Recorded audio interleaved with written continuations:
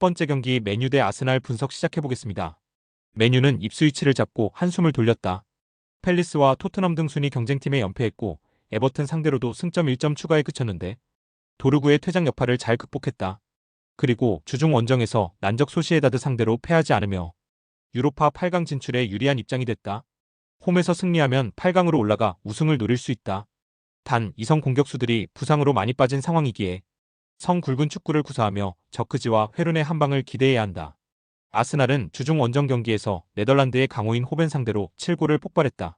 제수스와 마티넬리, 부카요 사카와 하베르츠 등 팀의 주전급 공격수들이 모두 부상으로 빠진 상황이 길어지며 고전 중이었는데 팀버의 선제골을 시작으로 은하네리와 메리노, 웨데고르 등 6명의 선수가 골을 터뜨렸다. 리그에서는 다소 주춤하고 있지만 분위기 전환을 위한 확실한 결과를 냈다. 접전을 본다. 아스날에 비해 맨유의 휴식일이 짧았던 건 사실이다. 또 측면 수비수인 도르구의 결장도 감안해야 한다. 그러나 우가르테의 중원 경기력이 살아났기에 웨데고르와 라이스가 나설 아스날 상대로 경기 주도권을 쉽게 주지 않을 것이다. 데 리우트와 맥과이어 등 장신 센터백들이 메리노와 살리바 등의 공중볼 장악도 막아낼 맨유가 승점 1점을 따낼 것이다. 두 번째 경기 호펜하임 대 하이덴하임 분석 시작해보겠습니다. 호펜하임은 최근 흐름이 좋다. 지난 라운드 보험전 승리를 비롯해 상경기에서 2승 1무로 승점 7점을 추가하며 강등권과 격차를 확실하게 벌렸다.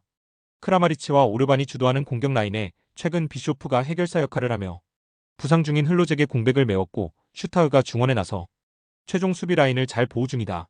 기대에 미치지 못하는 이번 시즌이긴 하지만 후반기 페이스를 끌어올렸다. 하이덴하임은 강등으로 다가가고 있다. 지난 시즌 좋은 성적을 내며 컨퍼런스 리그 출전권을 따냈고 24강 플레이오프까지 진출했었는데 강등을 걱정해야 하는 상황이다. 지난 라운드에서는 홈의 이점을 살리지 못하며 글라드바흐에 완패했고 무승 기간이 길어지고 있다. 호펜하임의 승리를 본다. 하이덴하임은 지브지바체와 파이링거 등 최전방에 나서는 공격수들이 기회에서 전혀 해결하지 못하고 있다. 게다가 이 경기는 그들이 고전하는 원정이기도 하다. 공수 밸런스가 나아지며 경기력을 확실하게 끌어올린 최근이고 크라마리치와 비쇼프가 문전 침투로 해결할 호펜하임이 승리하고 최근의 좋은 분위기를 이어갈 것이다. 세 번째 경기 엠폴리 대 AS 로마 분석 시작해보겠습니다. 엠폴리는 유벤투스전을 시작으로 한 최근 5경기에서 승점 1점 추가에 그치며 강등권으로 추락했다. 시즌 초반 7라운드까지 리그 선두권에 위치해 있었는데 이제 잔류를 걱정해야 하는 상황이다. 그나마 제노아 원정에서 그라시의 골이 터지며 승점 1점을 따내고 연패를 끊어내긴 했지만 떨어진 경기력이 올라올 생각을 하지 않고 있다. 로마가 주중 일정으로 지쳐있을 것이기에 이번 홈경기에서는 활동량을 앞세워 나설 것이다. 로마는 리그 4연승에 성공하며 챔스권 순위 팀들을 맹추격 중이다. 시즌 초반 부진으로 인해 중하위권으로 추락했었는데 감독 교체와 부상자들의 복귀로 인해 확실하게 반등했다. 게다가 주중 유로파 16강 1차전에서는 라리가의 강호인 빌바오에 역전승하며 기세를 올렸다. 선제골을 내줬지만 앙헬리뉴의 동점골이 나왔고 쇼무로도프가 경기 종료 직전 결승골을 터뜨렸다. 로마의 승리를 본다. 엠폴리가 극단적인 템백을 가동하며 버티기로 나선다면 타이트한 일정인 로마도 고전할 수 있다. 그러나 강등권 순위팀이 홈에서 그런 운영을 하긴 어렵다. 공격적으로 나설 엠폴리 상대로 코네와 펠레그리니가 중원에서 볼을 탈취해 역습으로 임할 것이고 디발라와 도브비크, 쇼무로도프가 해결할 로마가 승리할 것이다. 네 번째 경기 유벤투스 대 아탈란타 분석 시작해보겠습니다. 유벤투스는 최근 리그 5경기를 모두 승리하며 우승 경쟁에 뛰어들었다. 시즌 개막 이후 가장 길게 무패를 이어간 팀이었음에도 무승부가 워낙 많았기에 67위권에 머물러 있었는데 리그 선두에 6점 차로 따라붙었다. 연승 기간 동안 3경기 연속 클린시트를 합작한 가티와 캄비아소 등 수비진의 안정감이 있었고 콜로 무아니가 블라우비치의 공격 부담을 확실하게 덜어줬다.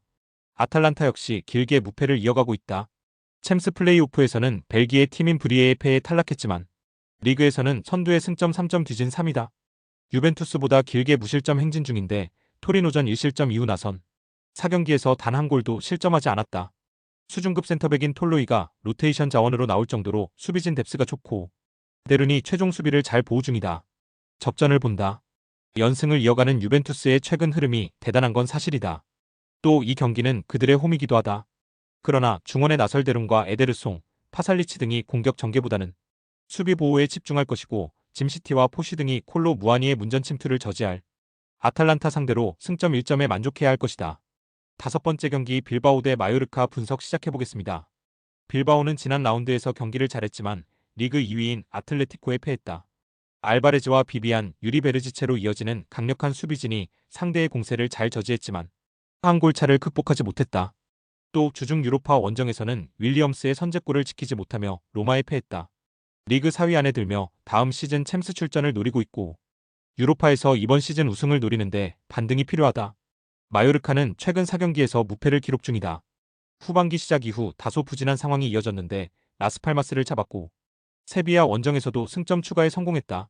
라일로와 마페오, 마르틴 발렌트 등 최종 수비가 안정감을 찾았고 마스카렐의 중원 수비 라인 보호도 확실하다. 빌바오의 승리를 본다. 마요르카가 확실하게 라인을 내린 수비적 운영으로 빌바오를 상대할 것이다. 발렌트와 마페오 등 수비의 중심을 잡아줄 선수들도 있다. 그러나 홈의 이점을 살리며 잘하는 홈경기에 나설 것이고 윌리엄스 형제와 베렌게르, 구르제타가 침투로 기회를 살릴 빌바오가 승점 3점을 가져갈 것이다. 여섯 번째 경기 레알 베티스 대 라스팔마스 분석 시작해보겠습니다. 베티스는 지난 라운드에서 레알을 잡고 연승을 이어갔다. 소시에다드와 헤타페, 레알 마드리드 등 쉽지 않은 상대를 연속으로 만났는데 전승했다.